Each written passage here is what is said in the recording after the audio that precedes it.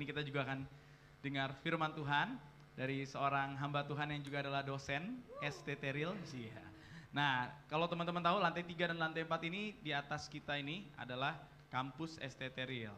Nah, hari ini yang akan membagikan firman Tuhan adalah salah satu dosen hamba Tuhan yang luar biasa. Langsung aja kita sambut dengan tepuk tangan, Pastor Freddy Simanjuntak. Baik, shalom semuanya. Baik, apa kabarnya?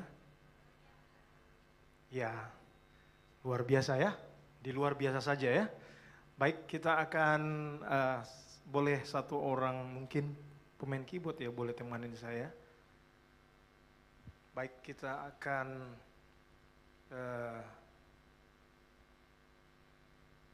dengarkan kebenaran firman Tuhan pada sore hari ini. Sebelum kita mendengarkan kebenaran firman Tuhan, boleh sekali lagi kita berdoa.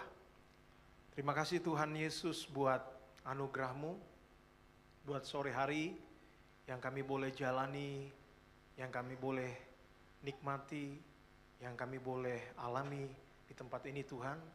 Terima kasih Bapa, terima kasih buat waktu, buat nafas yang kami bisa hirup, buat setiap hari demi hari yang boleh kami jalani sepanjang minggu ini. Terima kasih juga Tuhan Yesus buat kesehatan, buat kekuatan yang terus Tuhan berikan kepada setiap kami. Atau mungkin kami di tengah-tengah dalam keadaan sakit. Atau mungkin kalau seandainya kami dalam keadaan sedang tidak baik.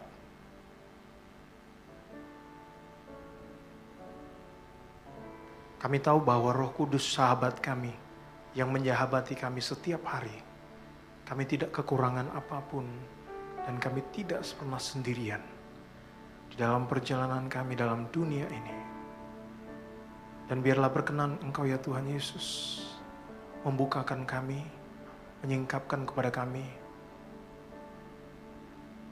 mana dari surga yang mungkin bisa memberikan kesejukan, kesegaran bagi jiwa kami. Terima kasih Bapa, terima kasih Yesus, terima kasih Roh Kudus. Haleluya. Sama-sama katakan, amin. Boleh kasih tepuk tangan buat Tuhan kita Yesus Kristus. Baik, saudara-saudara sekalian, tadi Edwin sudah memperkenalkan, jadi saya tidak perlu memperkenalkan diri. Kita langsung ke topik. Ini topik yang saya pilih untuk saya bagikan, walaupun saya sedikit agak galau untuk membagikannya. Karena dalam perjalanan mempersiapkan topik khotbah ini, saya benar-benar dirundung oleh sesuatu.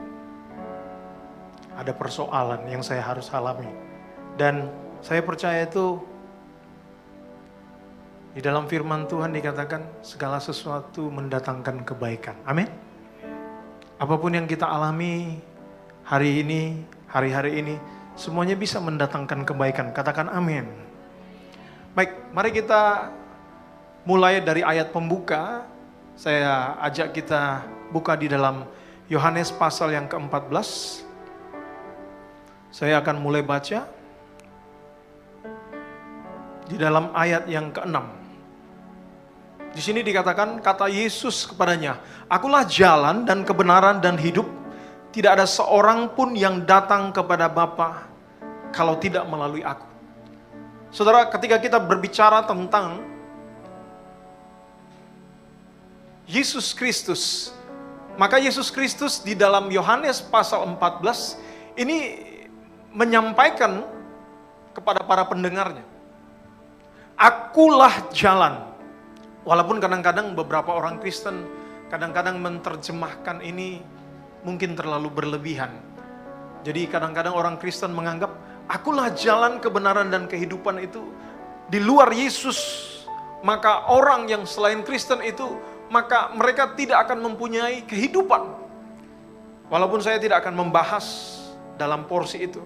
Tetapi saya mau membawa kita belajar tentang apa yang disebut dengan perjalanan, apa yang menjadi tujuan, dan apa itu persahabatan. Next.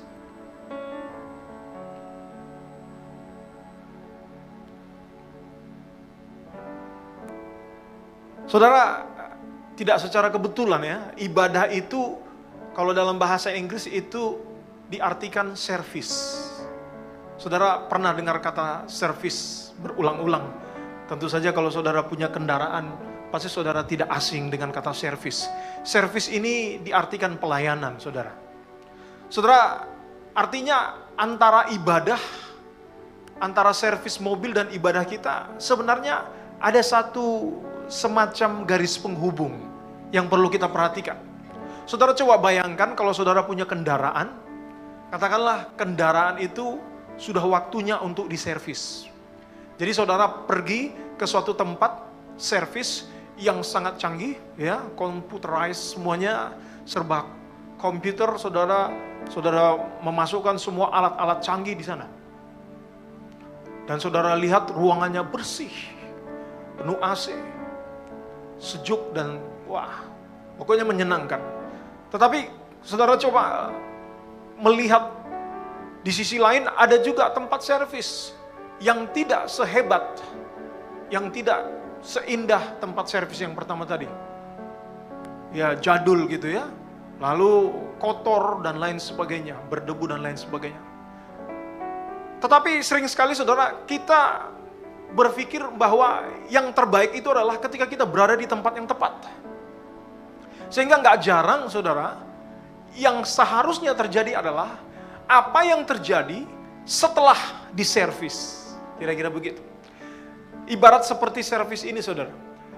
Apa untungnya saudara, kalau seandainya kita memilih tempat servis yang begitu mahal katakanlah ya, yang begitu mewah, yang serba canggih gitu, tetapi dalam hitungan beberapa hari ternyata kendaraan kita rusak.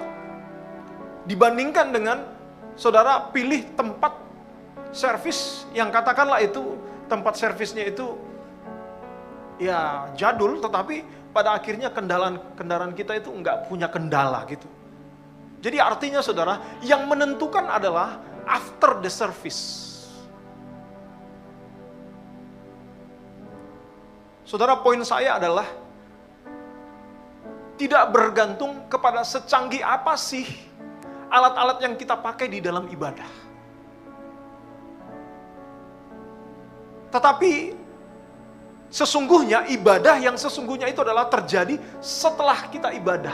Ibadah kehidupan namanya. Kalau ibadah yang kita lakukan di dalam ruangan ini seperti ibadah ritual. Tetapi ibadah sesungguhnya adalah ketika kita nanti melangkah keluar, ketika ibadah ritual ini sudah selesai, maka welcome kepada ibadah kehidupan yang sesungguhnya. Jadi kita sepertinya sedang dipisahkan antara pintu ini dengan dunia luar. Saudara, di dalam kitab suci saudara, sering sekali kita menemukan ada pola-pola yang dikotomi antara dunia dengan yang rohani, antara yang sorga dengan yang dunia. Kadang-kadang ada orang ya, mungkin mengatakan duniawi dan lain sebagainya. Saudara, padahal dari sejak semula dalam Yohanes 4, dari Yohanes 3 ayat 16 dikatakan di sana, karena begitu besar kasih Allah akan dunia. Kadang-kadang kita datang ke gereja ini sebagai pelarian kita, bahwa kita sudah lari dari dunia, saudara. Seolah-olah kita mengisolasi dunia di balik pintu gereja. Sehingga kita tertinggal di dalam, dan orang di dunia sana tetap di dalam dunianya. Ini metafora tentang pintu ini, saudara, berulang-ulang nanti kita perhatikan di dalam kitab suci. Yang akan mempertegas tentang apa isi tujuan, apa isi perjalanan, dan apa isi persahabatan kita dengan Allah Tritunggal. Yang pastinya kita sedang mengalami, saudara, masa-masa di mana seolah-olah ketika dunia, kita melihat dunia yang sekarang ini, saudara, dunia yang semakin jahat. dunia yang semakin menjauh dari Tuhan. Kalau dari bahasa aslinya, dunia itu saudara disebut kosmos dalam bahasa Alkitab. Kosmos inilah yang disebutkan bahwa Allah begitu mengasihi dunia dan isinya. Tetapi dikatakan bahwa dunia menolak dia. Dunia tidak menerima Kristus. Itu di dalam Yohanes. Yang pertanyaannya adalah, apakah dunia yang manakah yang menolak Kristus? Yang menolak Kristus itu adalah tidak semuanya, saudara. Tetapi yang menolak Kristus adalah semacam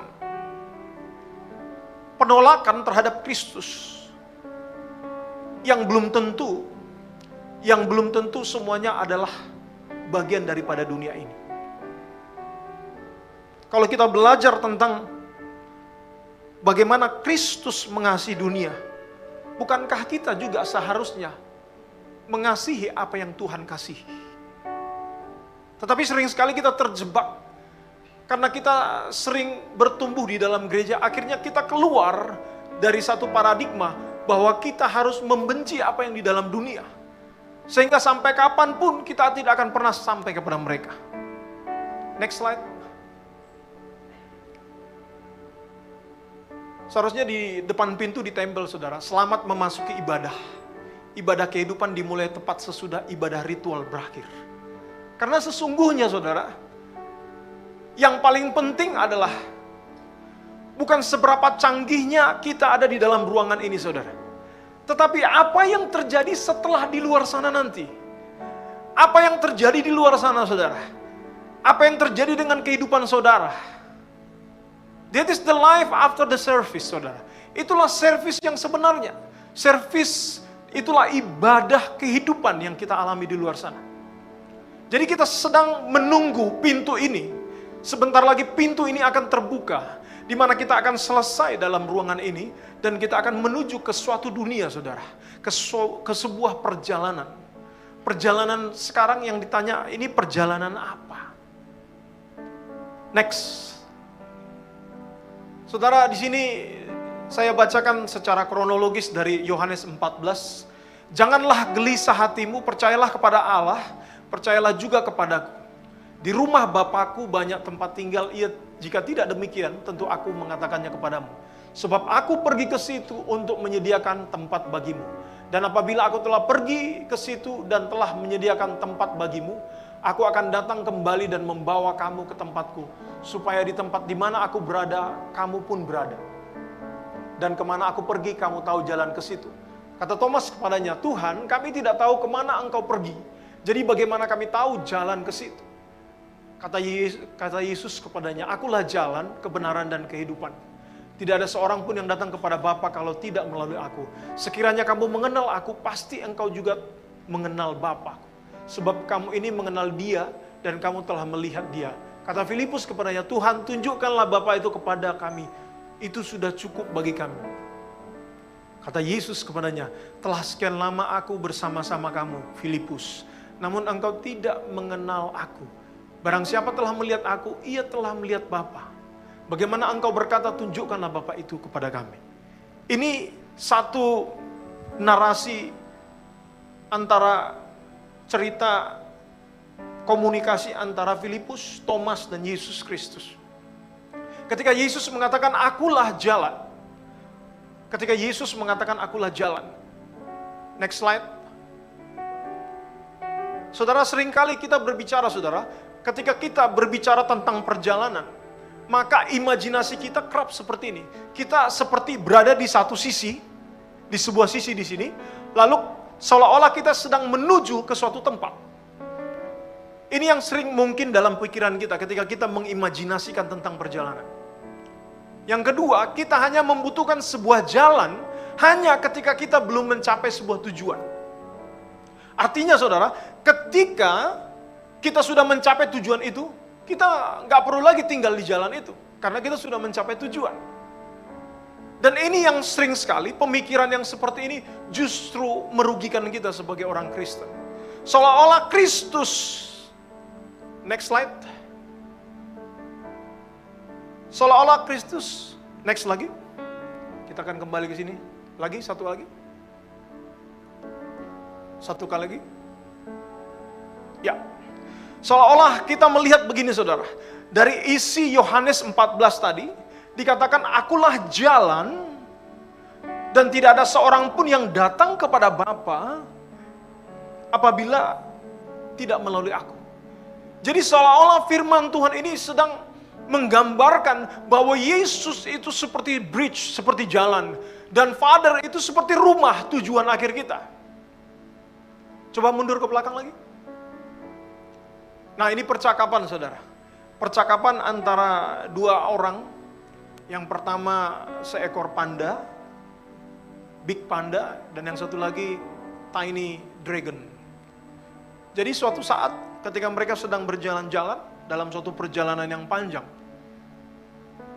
maka panda ini bertanya, yang mana yang lebih penting?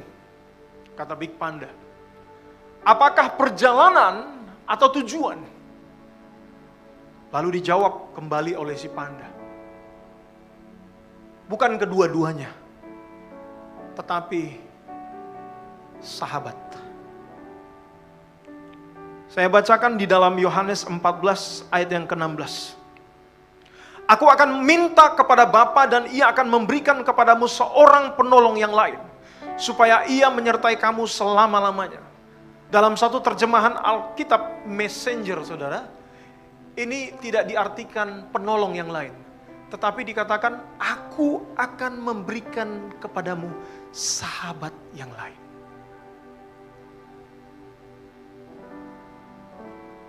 Saudara, panda mengatakan, it's not about journey, it's not about destination, it's about the company, it's about a friend.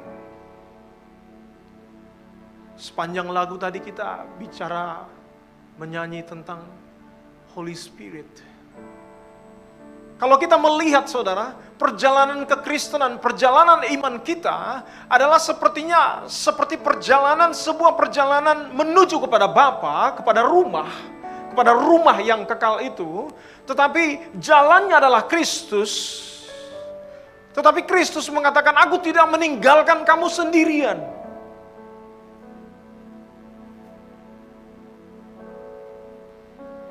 Aku akan mengutus sahabat yang lain. Dan dia disebut sebagai Roh Kudus. Sebagai penolong.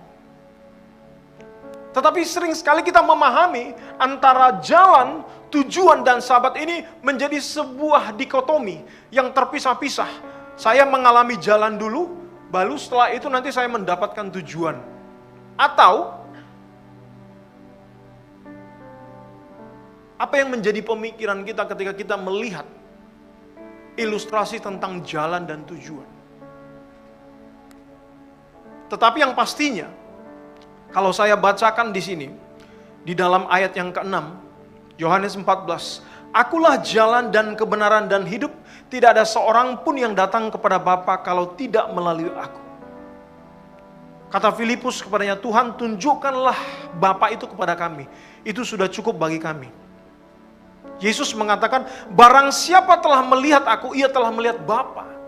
Seolah-olah Yesus Kristus sedang menunjukkan satu peristiwa yang terjadi dalam waktu yang bersamaan. Ketika engkau mencapai tujuan itu, berarti sebenarnya engkau sedang mencapai tujuan itu. Jadi kita tidak sedang menanti-nanti kerajaan sorga, kita tidak menantikan suatu sorga, suatu tempat yang jauh di sana, tetapi kita sudah menantikan Dia yang sudah ada di sini, saudara. Yesus seolah-olah sedang membawa kita, Yesus seolah-olah sedang membawa sorga itu turun ke bumi. Sehingga di dalam doa Bapa kami dikatakan, jadilah kehendak-Mu di bumi seperti di sorga. Jadi sering sekali sebagai orang Kristen, kita ini terburu-buru untuk takut dengan apa yang terjadi dalam dunia. Sehingga kadang-kadang kita mau melarikan diri, escape, lalu kita mau mencari sorga, supaya di sana tidak ada penderitaan, di sana tidak ada lagi kekhawatiran kita. Tetapi tujuan Kristus datang ke dunia adalah supaya di mana ada saudara, di situ ada sorga. Katakan amin. Supaya di mana saudara berada, di sana ada perjalanan yang membawa Kristus. Dan ketika Kristus dibawa di sana, maka di sana orang mengalami yang namanya sorga. Kita tidak perlu mencari sorga di suatu tempat, saudara. Yesus Kristus sudah mengatakan bahwa kalau engkau sudah melihat aku, engkau sudah melihat Bapa. Bahwa ketika engkau kehilangan segala-galanya, kalau engkau sedang berjalan di tengah-tengah jalan itu, kamu pun tidak sendirian. Kamu mempunyai seorang sahabat yang disebut sebagai Roh Kudus. Mundur satu lagi. Satu lagi. Lalu sebenarnya perjalanan itu apa, saudara? Kalau Neil Morton mengatakan, saudara, the journey is home. A journey is not a journey forward, but a journey toward presence. Jadi sebenarnya perjalanan kita, saudara, bukan seperti perjalanan ke depan, tetapi perjalanan menemui, perjalanan mengalami, saudara, perjalanan menghidupi. Jadi perjalanan kekristenan kita itu, saudara, seolah-olah kita berada di dalam rumah, tetapi kita seperti sedang mengembara di dalamnya. Itulah yang disebut dengan spiritualitas sehari-hari orang Kristen. Spiritualitas yang kita hidupi bukan di tempat yang asing, bukan di tempat yang vakum, saudara, bukan di tempat yang hampa, tetapi spiritualitas seperti yang Yesus katakan, pergilah, jadikanlah semua bangsa menjadi muridku, baptislah mereka di dalam nama Bapa, Putra, dan Roh Kudus. Di dalam Yohanes pasal yang ke-10, saya bacakan untuk kita semuanya. Di dalam Yohanes 10 ayat 1 dikatakan begini. Aku berkata kepadamu, sesungguhnya siapa yang masuk ke dalam domba dengan tidak melalui pintu, tetapi dengan memanjat tembok, ia adalah seorang pencuri.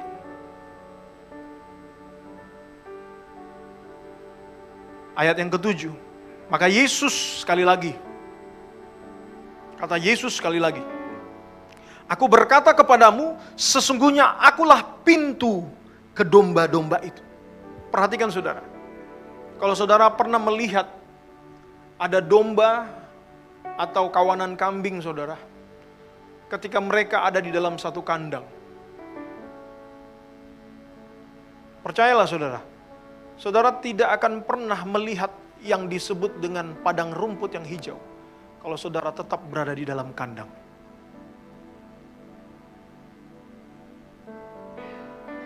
Jadi sering sekali metafora tentang pintu itu sebagai batas. Tetapi bisa juga metafora tentang pintu itu adalah metafora tentang penghubung. Jadi Yesus dikatakan pintu, Yesus itu sekaligus batas, tetapi sekaligus penghubung. Tetapi kamu tidak akan pernah menemukan padang rumput yang hijau kalau kamu tidak pernah keluar dari kandang. Karena tidak akan pernah ada padang rumput di dalam kandang. Tetapi saudara, memang perjalanan itu adalah perjalanan yang beresiko. Di dalam perjalanan sering sekali, saudara, kita bisa ketemu 3 orang.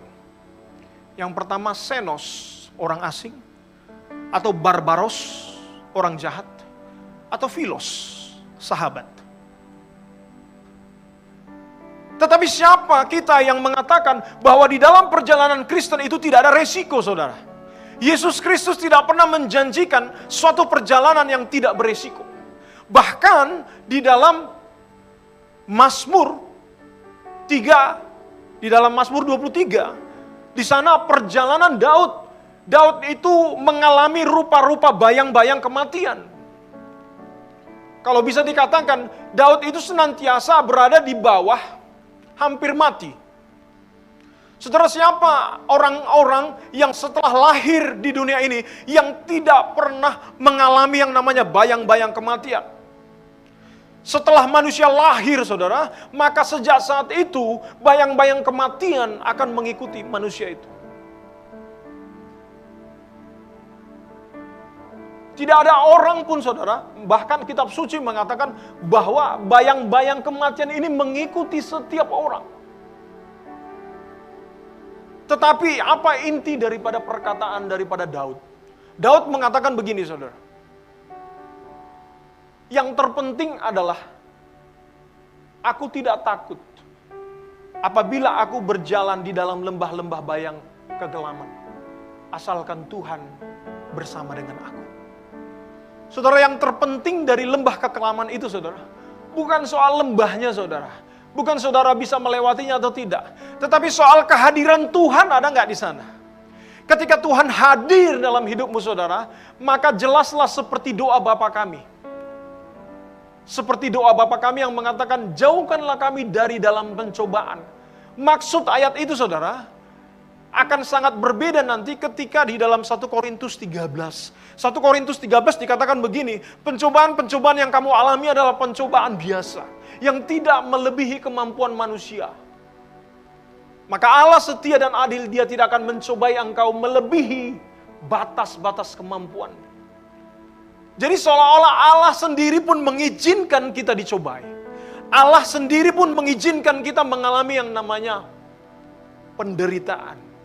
Allah sendiri pun mengizinkan pencobaan, saudara. Tetapi doa Bapa kami mengatakan, janganlah membawa kami ke dalam pencobaan. Maksudnya bukan supaya pencobaan itu tidak terjadi. Tetapi sekalipun di dalam pencobaan, di sana ada Kristus bersama saudara. Saudara, kita tidak sedang membawa orang kepada Kristus. Tetapi saudaralah yang harusnya membawa Kristus ke dalam dunia. Bring Jesus to the world. Harusnya saudara, kita sebagai orang Kristen adalah orang yang di sana dikatakan bahwa pergilah ke dalam dunia, saudara. Memang ada ayat firman Tuhan yang mengatakan di dalam Roma 12, ayat yang kedua dikatakan, janganlah serupa menjadi dunia. Janganlah menjadi serupa dengan dunia. Bukan berarti saudara, kalau dikatakan jangan menjadi serupa dengan dunia, sering sekali kita maknai, berarti kita harus terisolasi dari dunia. No. Justru identitas kita mestinya haruslah tetap tidak sama seperti dunia ketika kita ada di dalam dunia. Kalau kita saudara, hanya bisa mendapatkan identitas Kristus ketika kita hanya terisolasi dari dalam dunia, berarti kita bukan orang Kristen. Pelita itu tidak berguna diletakkan di bawah gantang. Pelita itu harus ditaruh di atas. Pelita itu harus terlihat. Orang Kristen itu harus terlihat di dunia sana, saudara. Di dunia sana, Kristus harus terlihat dari kehidupan saudara.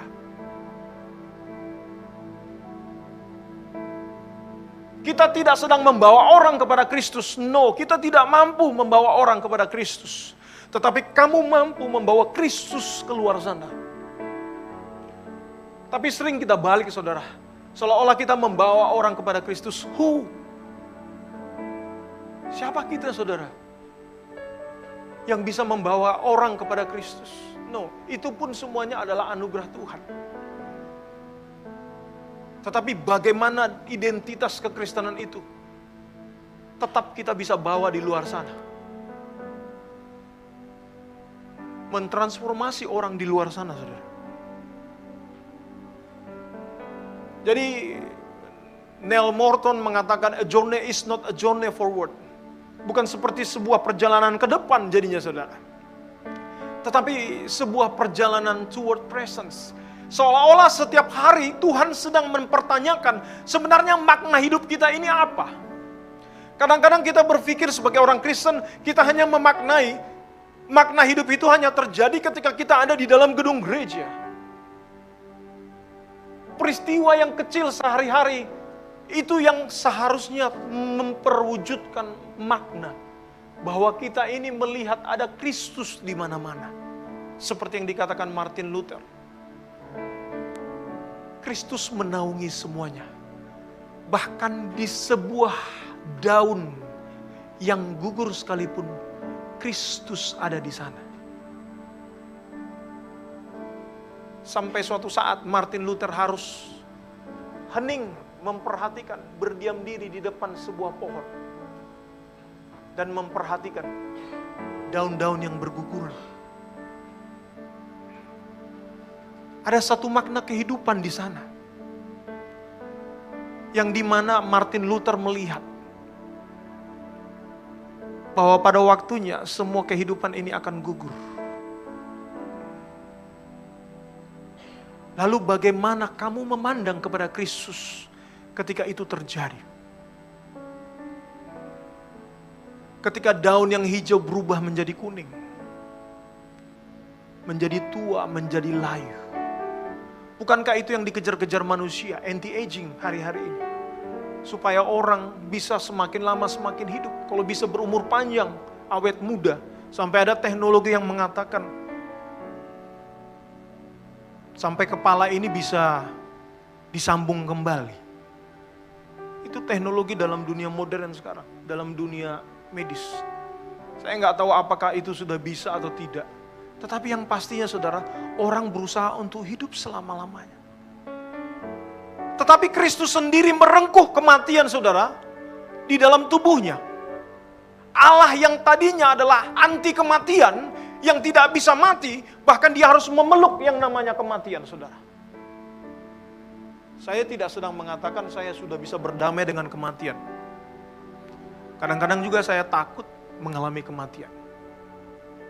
Termasuk dalam beberapa waktu-waktu yang terakhir ini. Yang saya pikirkan adalah, kalau seandainya jantung saya berhenti, lalu saya langsung berpikir, bagaimana istri dan anak-anak saya akan melanjutkan kehidupan ini. Sehingga dari refleksi tentang kematian itu, bayang-bayang kematian itu, ada muncul dalam hidup saya, untuk saya bisa memberikan yang terbaik di waktu-waktu yang mungkin saya tidak bisa hitung.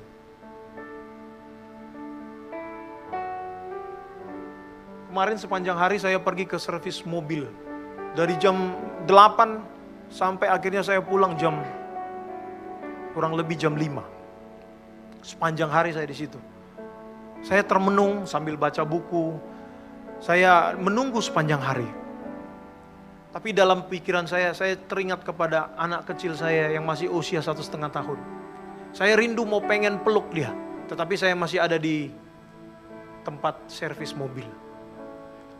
Di sana baru saya teringat, terrefleksi kembali ke dalam kehidupan saya. Untuk memberikan makna, kehangatan, kehidupan, sukacita, canda tawa kepada orang-orang di sekitar kita. Itulah sebenarnya yang harusnya kita lakukan sebagai komunitas orang Kristen, saudara. Di luar sana banyak orang, saudara, yang justru mereka tidak pernah mengalami hal yang demikian. Saudara, kalau pergi nanti ke dunia sana, ke luar sana, saudara akan menemukan ada banyak orang yang mungkin untuk makan pun mereka masih berpikir. Tetapi setiap ketika saudara, saya melihat dalam satu adegan di simpang Kepri ini, saya melihat suami istri mungkin ya, mereka bawa makanan sama bawa aqua. Lalu di situ ada yang jual-jual, biasanya jual tisu atau jual mainan atau jual apa. Lalu saya lihat mereka waktu panas-panasnya begitu, langsung dibawa makanan ini, lalu dibawa minuman ini kepada beberapa orang yang sedang menjual-jual koran. Itu seolah-olah saya melihat Tuhan itu kayak menyuapi. Ada tangan yang tidak terlihat, itu seperti Tuhan sedang menyuapi. Hati saya hancur sekali. Sebagai seorang hamba Tuhan, hati saya mungkin juga terteguh. Gak pernah saya kepikiran untuk melakukan hal seperti itu.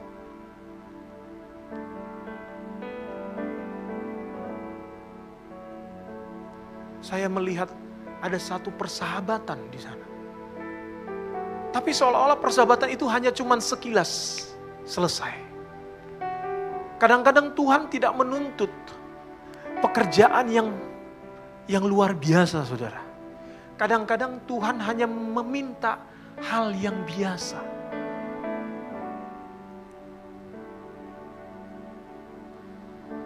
Saudara, dalam hidup kita ini, saudara, kadang-kadang kalau saudara pernah menonton film namanya ada cameo, saudara. Cameo ini adalah orang-orang yang cuman, kalau saudara nonton film itu, di suatu film itu dia muncul hanya satu kali kadang-kadang, Dan hanya waktu tertentu, singkat sekali, tetapi kehadirannya itu saudara, itu membuat perbedaan kepada seluruh film. Ada hal-hal yang seperti itu saudara. Dalam hidup ini ketika Tuhan memakai saudara, gak harus pekerjaan yang powerful, tetapi pekerjaan yang kecil seperti itu justru mengubah seluruh dunia saudara. Sama seperti peristiwa ketika orang Samaria. Saudara, kalau kita membaca di dalam Lukas saudara, cerita tentang orang Samaria, orang langsung bikin cap orang Samaria, the good Samaritan. Orang Samaria yang baik hati. Tetapi sering sekali orang tidak melihat saudara, di sana ada sosok yang punya penginapan. Orang melihat orang Samaria ini menolong orang yang dirampok, lalu dimasukkan ke rumah penginapan, lalu dibayar 2 dinar. Saudara, 2 dinar itu adalah upah minimum pada waktu itu saudara. Bisa dikatakan upah yang tidak cukup sebenarnya. Yang paling repot sih sebenarnya adalah si orang yang pemilik rumah penginapan ini. Tetapi orang gak pernah melihat gambaran kecil itu. Orang selalu mau melihat yang besar, saudara. Tetapi bagi Tuhan tidak ada yang remeh-temeh. Amin. Saya mau mendorong saudara menjadi orang Kristen, bukan orang Kristen yang sangat luar biasa. Bukan saudara. Orang Kristen yang biasa-biasa. Karena di dalam kebiasaan itu terdapat ritme Allah di situ saudara. Saudara, jantung kita ini berdetak itu saudara, itu ada ritmenya saudara. Kalau seandainya dia berdetak lebih kencang dari biasanya, justru itu masalah. Jadi saya nggak selalu suka mengatakan hal luar biasa. Saya suka mengatakan hal yang biasa. Karena di dalam hal yang biasa itu, ternyata Tuhan pun hadir di sana. Amin. Gak perlu peristiwa yang spektakuler. Next. Setiap hari adalah perjalanan dan perjalanan itu sendiri adalah rumah. Perjalanan saudara melayani orang di luar sana, altar saudara di luar sana, itu adalah dunia saudara. Perjalanan itu sendirilah yang disebut rumah. Rumah itu bukan cuman bapak, ibu, anak, dan lain sebagainya. Berbagi kisah, berbagi kasih. Saudara, kalau itu semuanya saudara, kita berada di dalam kekristenan yang terisolasi saudara. Kita berada di dalam kekristenan yang ditutup-tutupi, yang ketika keluar kita menjadi dingin. Tetapi perjalanan itu sendiri adalah rumah. Yang tadi yang saya katakan, di dalam perjalanan itu saudara bisa ketemu sama Xenos, orang asing. Saudara bisa ketemu sama Barbaros, orang jahat. Atau saudara bisa ketemu sama Philos. Bahkan di dalam kitab suci dikatakan, janganlah jenuh-jenuh untuk berbuat baik. Karena kadang-kadang kita nggak tahu, yang kita layani itu justru adalah malaikat.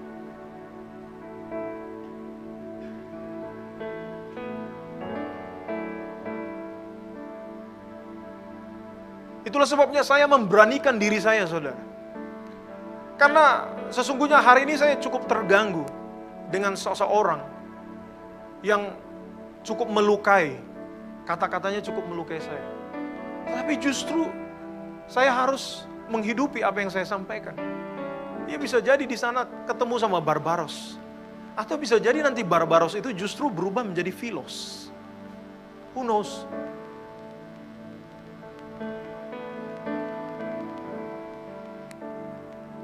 Next. Terus, saudara, Yesus itu seperti jalan, Father itu seperti rumah, Holy Spirit itu seperti sahabat, saudara. Perjalanan, tujuan, dan sahabat. Kita mengalami ketiganya di dalam persekutuan yang trinitaris, saudara. Saudara perhatikan, inilah yang tidak dimiliki oleh dunia, saudara. Perhatikan bahwa Allah Bapa, Putra, dan Roh Kudus, saudara, itu sedemikian rupa mengatakan seolah-olah terjadi dalam satu peristiwa. Kamu dapat Yesus, kamu dapat Allah Bapa, kamu dapat Roh Kudus. You are not alone. Saudara nggak sendirian.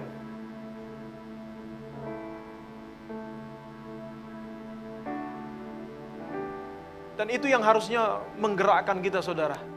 Ketika Yesus melihat orang banyak itu, maka tergeraklah hatinya oleh belas kasihan. Seolah-olah mereka adalah orang-orang yang tidak tergembalakan. Saudara enak duduk di ruangan ini. Saudara digembalakan. dengan baik oleh Pastor E. Di luar sana, kamu punya teman mungkin yang mungkin tidak bisa hadir di sini. Dan mereka tidak pernah tergembalakan. Mereka tidak pernah makan makanan rohani seperti ini. Mereka tidak pernah mencicipi hadirat Tuhan seperti yang kalian alami di sini. Apa yang kita lakukan?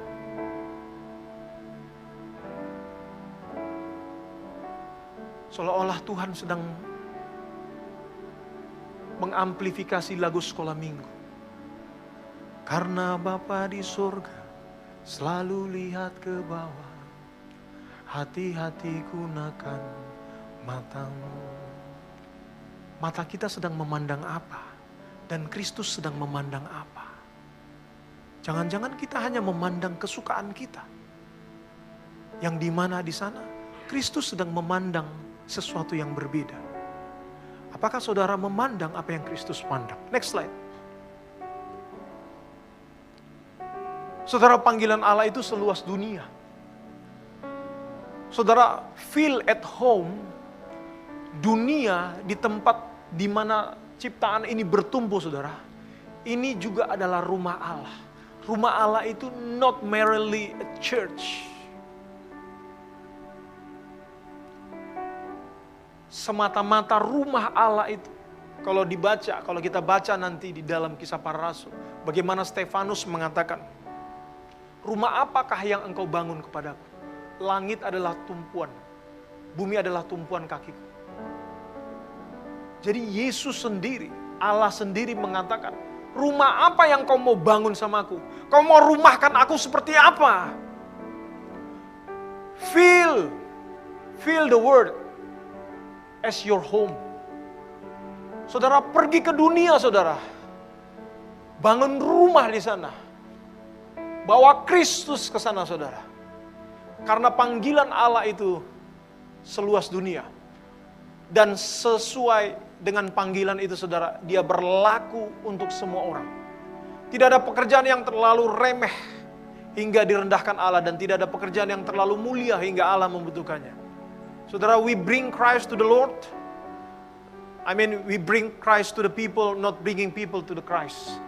Saudara sudah punya Kristus, saudara bawa Kristus ke sana.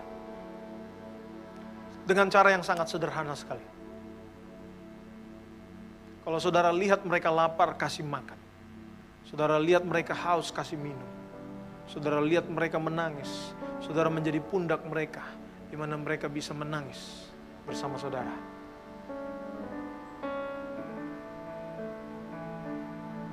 Lakukan itu, saudara. Setiap nafas adalah anugerah Tuhan.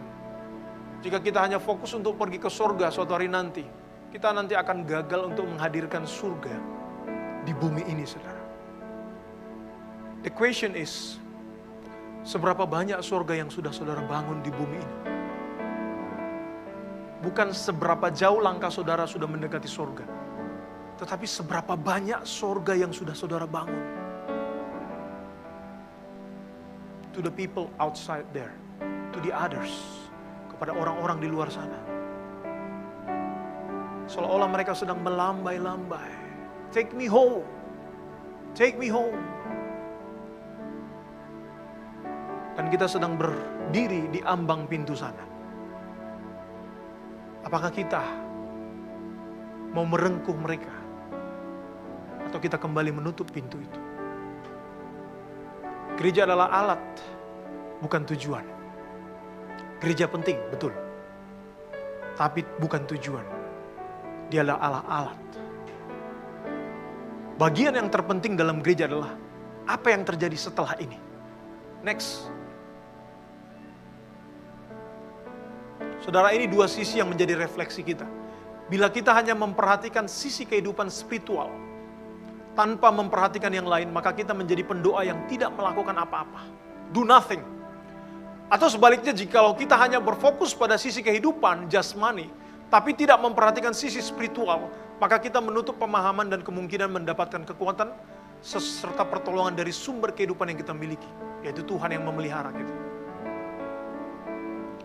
Next, habis. Thank you. Mari kita bangkit berdiri.